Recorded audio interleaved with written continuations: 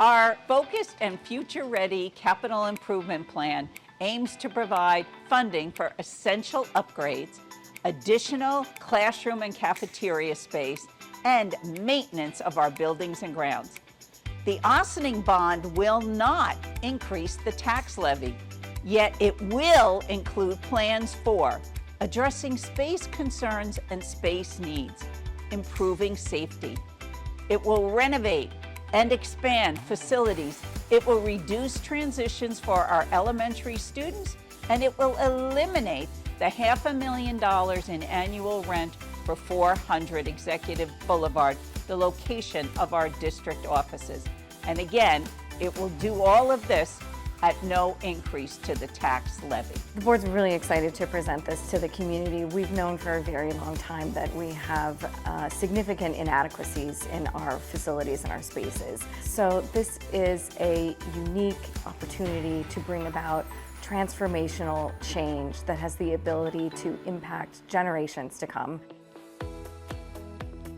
In the cafeteria, it gets really claustrophobic and it's really hard to get from like space to space in there and do work in there.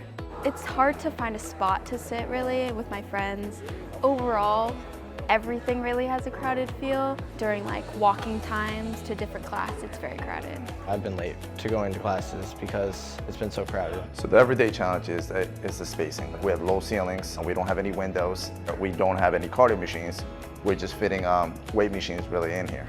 We really don't have a fitness center. We have more of a weight room. And the need is there because we have before and after school strength and conditioning. So students are coming in the morning at 7 a.m. to come work out, and it's packed in here after school as well at 2:45 p.m. It is a positive place to be, like a place where students just find a different space to fit into our Ossining community. The church, that many people may not know, is also a registered historic building here in Ossining. So it presents a great opportunity for the district. We're able to take an historic piece of Ossining, preserve it, and save it, and then make it a functional part of the high school program. This building behind us will be demolished, so that one comes down, and that becomes the connection point from this complex here and the main campus. So what we're going to be doing is rebuilding this building to a 3-story elevation for the STEM building and 2 connecting corridors across the gymnasium into the main building. And that makes the connection, ties all the buildings together. This will connect the 2nd floor with the 2nd floor there, and another connection from the 3rd floor to the 3rd floor. So this becomes an integral part of the program to bring the whole building together.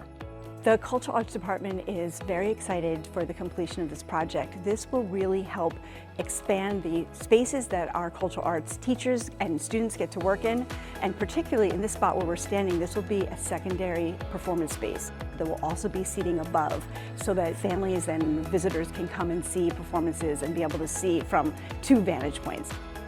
Right now, our OHS auditorium is overused every single day, every single period. It gets double booked.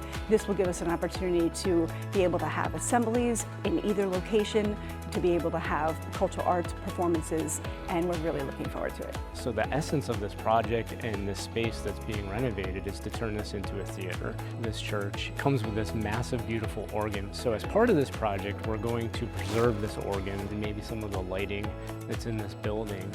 And that's great because we're going to be able to put that in the space for the students to be able to see and understand the musical history behind something like this that you just don't see in this capacity or this grandeur anymore. I'm standing here in the instrumental room at Claremont School, and this is where we hold music classes for our band and orchestra program. This is an office, but it's used as a classroom. So in addition to housing all of the instruments for every single one of our students, we also need to make sure we have room to teach those students. There are also times when instead of being able to fit in this space, we have to go onto the stage. And when we're on the stage, that's when the cafeteria is in use as well. So it's a very, very loud environment, not very conducive to learning the violin.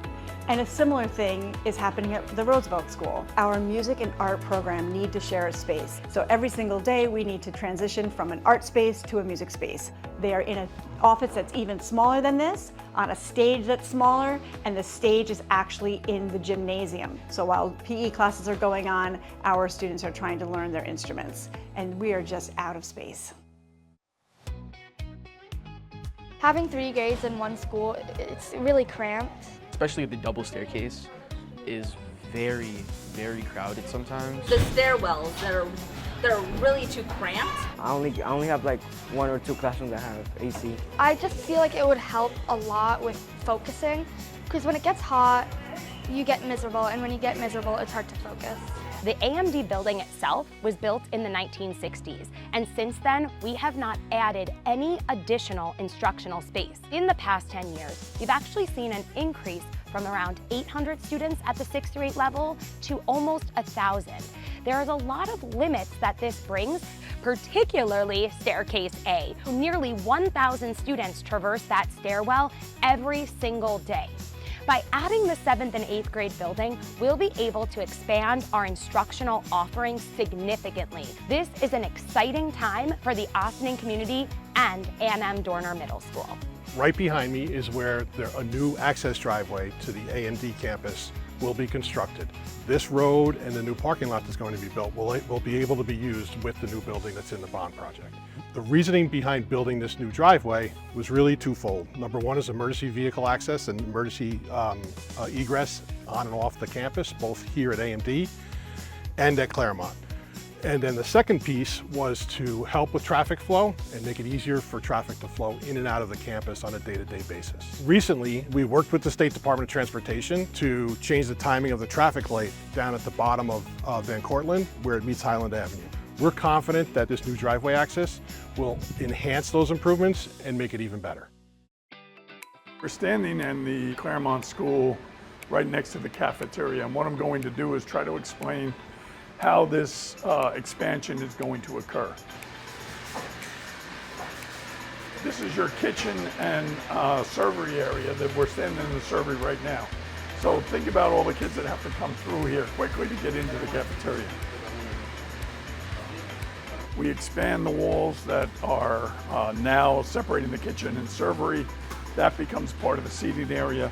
The rear wall becomes part of the servery area and enlarges this cafeteria so that it can house more kids more efficiently. We're taking away 4 classrooms to expand the cafeteria, kitchen, and servery. So we have to recreate those classrooms. So this is where those classrooms are going, plus 2 additional classrooms. This is the first phase of the project. We have to build the 6 classrooms first so we can have the swing space and move the classrooms in to create the cafeteria expansion. We're really excited to introduce this plan to the community. Our goal is that our facilities are now able to grow with our students and with their ability to learn. If the sky is the limit for what they can handle and what they can learn, we need our facilities and our spaces to match, and this plan does that.